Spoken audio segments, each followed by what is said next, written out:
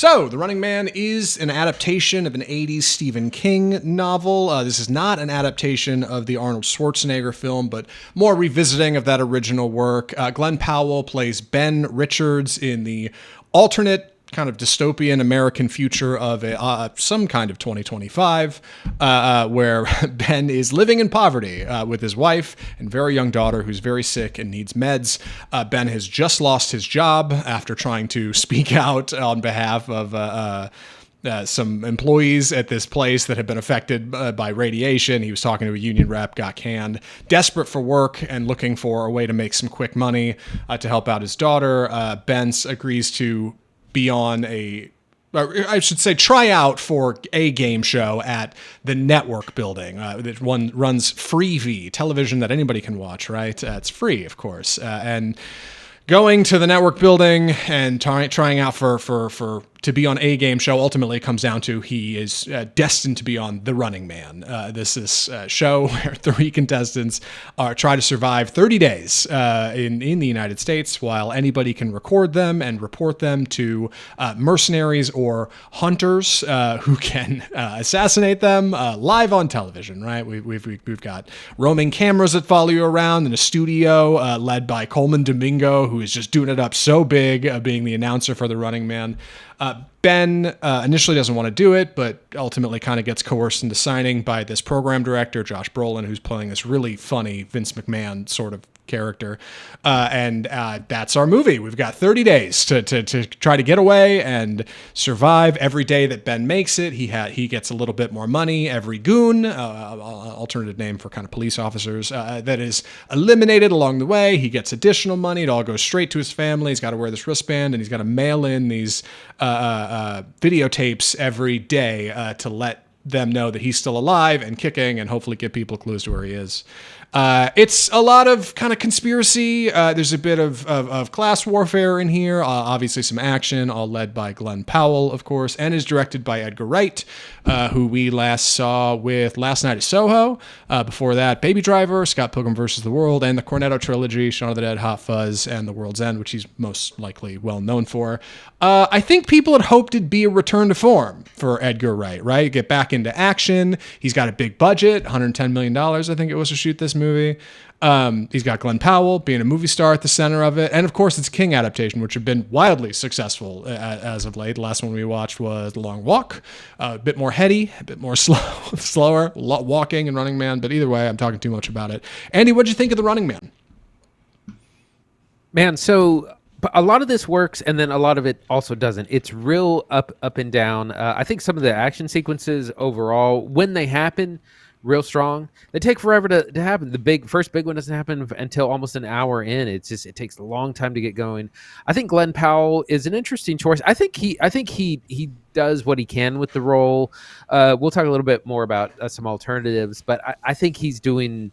I feel like this is almost his audition to be an action star, and I think he does well. I don't know what the box office will mean for his future, but there were a couple of scenes where he was running. I was like, oh, he's doing the Tom Cruise running gag. Yeah. Like he is the next Ethan Hunt. Like he could be that guy.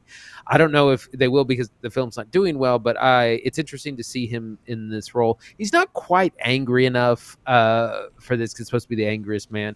But yeah, the movie's all over the place tonally, plot wise. There's characters you meet briefly and never see again several times. It seems it's a mix of like it's trying to be funny but cheeky, but also serious about bringing up social justice issues, but doesn't take them too seriously. It's really all over the place. It needs to pick a lane and stay in it, and it doesn't. Yeah, I was really surprised at the scope of The Running Man, because looking at the trailer, I haven't seen the original. I haven't seen the Arnold Schwarzenegger film. I didn't read the book. But looking at the trailer, it seemed like it was all going to take place in like a city, right? Like he was going to hide out with some friends and join the resistance or something and try to make it. But actually, it turns out it's a bit of a kind of a, it's not quite a road movie, but it's a bit of a globetrotter. Like we end up moving through large parts of America. We move from New York. I think we end up in maybe Chicago. We're in Maine at one point, like kind of away from the city. Like Ben Richards actually runs quite far, which was a nice surprise, especially considering the runtime. It's a little over 2 hours. Feels a little overstuffed, going to be honest. But I did like Wright's like dystopian future. Feels a little bit like Bong Joon-ho's Mickey 17, right? Everything's kind of grimy and everything's like mechanical doors that whip open and close, right? And everybody's very cynical and it's very nihilistic. We have kind of this new currency, new dollars that everything works in that very charmingly have Arnold Schwarzenegger's face on them. It's a nice nod to him in that other movie. But like I like the way this world feels. Like it's dark and it's twisted and it's cynical and there's violence on Freevee. But also like people are very tired of the conditions and it's very obvious as the movie goes on that Ben Richards is coming out of poverty and that the people who are kind of helping him are also in poverty. And they're like, hey man, we gotta do something about the rich. And it kind of turns into a bit of a resistance movie. And I think that's part of where you run into these tonal problems because at the beginning of the movie, Ben Richards is supposed to be the angriest man ever. There's a woman who literally says, you're the angriest person who's ever tried out for the Running Man. You're the angriest applicant. And like, Glenn Powell can be a lot of things. He can be a lot of things. He's had success in Anyone But You, big rom-com, Twisters, where he brings back like kind of a nostalgia feature. Like he can be a cowboy, he can be a security guard, he can be a stockbroker in The Dark Knight Rises. But I don't know if he's the angriest man ever. He just kind of isn't, right? Like if you're looking for the angriest guy ever, you're probably looking for Jason Statham kind of character. You're looking for the beekeeper. And that's not really what this is. But meanwhile, Colman Domingo is like bursting off the screen and every scene he's in his little studio, he's amazing and funny and like totally gets the assignment. Brolin is not in as many scenes. He's mostly kind of a faraway virtual antagonist. He's good. Lee Pace is in this movie. He is masked almost the whole film. Almost the whole film. Really strange, like to have Lee Pace and you're just like it's like The Mandalorian. I'm like, is that even him in there, or you just have some extra and you just had Pace out for like these views? It'd be a lot cheaper if that wasn't actually Lee Pace in there. It'd be way cheaper to shoot with an extra. But like Michael Cera is in this movie. Is kind of funny. Like it seems like it's got a decent cast, but a lot of them just seem to be pushed to the background while Ben Richards is like, I don't know. On the one hand, like being a nice guy and learning about like, you know, how we can come together and overcome all this. But on the other hand, he's like taking people hostage and like committing fairly violent crimes. And I think that's part of that tonal problem people are running into. Yeah. They couldn't decide how they wanted to use him because you want your protagonist to be, you know, charming and sad. And like, he's got this, his kid is sick. It's this tragic backstory. And then when Powell has to be intense, he gets there and it's really good, but then it's too much. He's like a nice guy. It reminds me of Jake Gyllenhaal in Roadhouse 2, where he's like a super nice guy who's going to beat everyone up. It was like, it doesn't quite mix. He's kind of got to be a little bit tougher. Like, again, Jason Statham is the perfect, he would be perfect for this movie. The problem is in that case, then it's a Jason Statham movie and you get a Jason Statham movie, not an Edgar Wright movie. So that would probably be more successful though, honestly. So I think Powell is doing the best he can. He's just got to be meaner more of the time. Yeah. The rest of the cast is pretty incredible. Josh Brolin doing evil executive guy, Colman Domingo like tearing it up as the host. He's the highlight of this. But then you have another cast of characters that you meet along the way, but then you just never see them again.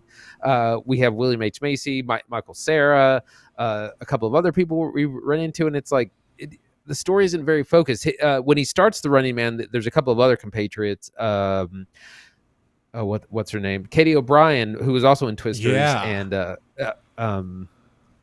can't remember the name of that movie. Some guy Love from Lies Bleeding. Yeah. And she's great. And I was like, it would have been cool to stick with her character for just a little bit. And it's just so Ben Richards focused that it could have gone balanced a little bit more. But it really is all over the place tonally.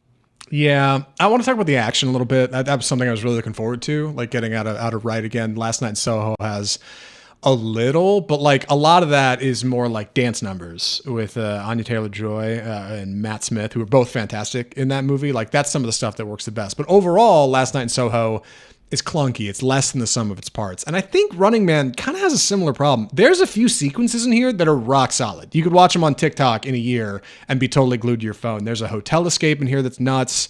The Michael Cera stuff that's been advertised and kind of like this Home Alone sequence where he's got all these like home built traps. Great. There's some car action in here that's real good. And like you said, Glenn Powell is running. Like he's doing the Tom Cruise run. He is running in this movie. Arms and like, up. Just the Colman Domingo stuff in studio is a lot of fun. Like there are sequences in here that work real good, but then when you put it all together, it like just feels bloated and overstuffed and tries to do too much, I think, socially. Like it's kind of trying to have this social message in the middle of it. And while I agree with much of that messaging, you can't have it both ways, dude. You can't have Ben Richards be the angriest guy ever and also like hero to the poor. Like those aren't quite the same thing, and it really tries to make it the same thing. It makes for a clunky ending. I don't want to talk about it. I don't want to get into spoilers, but I do know it's different from the book. And I don't know if that's better. Like actually hearing how the book ends, it's quite nihilistic, because I think a lot of 80s King projects were, right? Like it's very, for sure, just run you down ragged, right? My man, King was in a different era then, and he was under the influence of a lot of substances, and he wrote a lot of wacky stuff. And this is wacky, but it tries to save it at the end. It tries to pull the plane up and be like, actually, this is good and wholesome and right. And it just makes for an odd ending. That's, I think, it's a half hour too long, and that's really a shame. Yeah, pacing is a real problem. So this is 2 hours and 10 minutes, 15 minutes, something like that. And when I saw the runtime, I was like, oh no. Oh no! Like this is solid 100-minute. This is a solid 100-minute idea, and it slows down a lot, and there's just a whole lot of talking sometimes. And I was like, "What are we doing? Why is this scene in here? Why are we not like go like this?" It needs to have that Mad Max feel, like you're being chased on the run. He's just kind of hiding more. Yeah. Call it the hiding man. Like he's not on the run as much. I wanted to talk about the 1987 version. I used to watch that all the time on like TNT. It used to come on the 90s in cable. So I'd always catch bits and pieces. The premise for that, it basically just takes the opening premise of like a game show with one person chasing another, but it's all kind of contained. You have a group of runners, and then you have like basically Terminator style other things trying to kill them, and it's more grown up. It's a little grisly. It's a weird classic, but it was a box office failure, essentially. Didn't make its money back, but somehow still kind of a Schwarzenegger classic in that way. But yeah, that movie doesn't. It just takes the premise of the book. It doesn't take anything else, like plot story or anything. Yeah, like that. I've always heard it's kind of just an excuse to make like a B movie Arnold with like a bunch of Arnold movie with a bunch of costumes and like, explosions and stuff. And that's fine. Yeah, it's rough, man. I think a lot of people had big expectations for this. Like Wright has not put out anything quite like this in a minute. Like he kind of has a reputation for putting out really solidly paced action and like really good beat for beat editing, great needle drops, of which there are a few in this movie. Solid music, no surprise there. But it's not Baby Driver, and it's not Scott Pilgrim, and it's definitely not Hot Fuzz. And it's rough because it's like, dude, Hot Fuzz is so good. And like, you could just feel a little bit of it in there. Like some of these action scenes was real solid. Like I said, there's a hotel escape scene in here that's a lot of fun. You can keep up with what's going on. And there's other bits where like a character makes a surprise decision in the third act that is like so bafflingly stupid. You can't even keep like, why would you do that? That's the dumbest thing but I don't know. It's like it owes something to itself that I just, it ends up messing it all up. I think you strip it down, you tighten it up. I think there's something here. I don't think it's bad. Let me be clear. Like we talked about Tron Ares a few weeks ago. Tron Ares, I think, was bad. This is all right. And I think there's probably general audiences who will come out thinking, oh, Running Man was good, right? Like there's definitely people out there who will, I think, like this. But it's kind of a miss, I think, from Wright ultimately. And like, that's a bummer because it's such a big budget. Like, I think he had a lot of opportunity here. I don't know. Yeah, I think Powell doesn't really work. I think Wright doesn't really work. Like he's just kind of like close, but no cigar. So I heard on an interview where Edgar Wright talked about this movie. He talks about most of the time you have to kind of will a movie into being. Like you have to really work at it. It's hard to get anything made.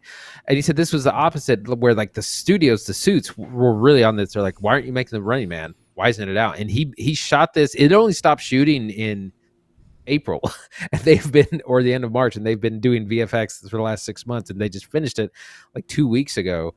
But the studio really wanted this movie, and they were fine with Glenn Powell, so they, the powers that be made it happen. But I feel like Edgar Wright has really missed more than he's hit in the last like 15 years. Last Night in Soho is a big miss. There's some visual things that are interesting. Baby Driver is pretty solid, but then before that, it's Scott Pilgrim. So his last two entries now just not real solid. And I feel like he is victim of the studio, of the tragic story of a talented young director being scooped up by a studio, and then now he's just doing studio projects, and we're not getting the freshness of Hot Fuzz or Shaun of the Dead, those classic films from 20 years ago now. Yeah. I just rewatched Citizen Kane last week, and I was reflecting on how Orson Welles turned that out when he was like 25. And there's this great quote later in Orson Welles' life when he said something like, I got it here, I started my career with a masterpiece and have been slowly working my way towards the bottom ever since. And I don't think that's true with Wright. I think there's a good chance like Wright's best work is yet to come. But damn, Hot Fuzz just looks better every year. Like Scott Pilgrim is great to revisit, and like Shaun of the Dead's a lot of fun. Like I even like World's End a bit. Like I don't know. I've revisited Soho and liked it less the second time around, and I'm worried that'll be the case with this. But like ultimately, I think it's a mid-entry for him. Like not bad, not great. I don't know if it'll make its money back. We should work down to recommendations here. Any other thoughts for recommendations, Andy? No, I think I'm ready. Would you recommend The Running Man? I would say save it for streaming. It is a fun Edgar Wright film. It's a little bit too long. It's tonally all over the place. The pacing is off. But Glenn Powell's a lot of fun. I think he's doing the best he can with the material. I think he could be an action star. The rest of the performances are real strong. The action's pretty good. So if you're interested, I'd say save it for streaming. Yeah, I'm kind of the same. I really wish I could say go see it in a theater, but like, dude, it's long. It's gonna be a lot of your day watching Running Man, and like, I don't know. Yeah, I think wait till it comes home. I went and saw it in XD on a big screen at Cinemark, and it was fine. I guess if you're gonna go see it, probably go see it in a premium seat. Skip the D box. You don't got to do anything crazy. All right, but go see it big if you can. It's not bad. It's not great. Better than Soho, though. I definitely like Running Man better than Soho. I want to be clear. Soho's a different tone, but this, I think, has more that works in it than Soho did. So, I don't know. We got to talk about some trailers, upcoming stuff. Like I said, big week. All the studios are getting their trailers up. We got 4 for you, hand-curated. Andy, what do we call this segment? It's time for the trailer park.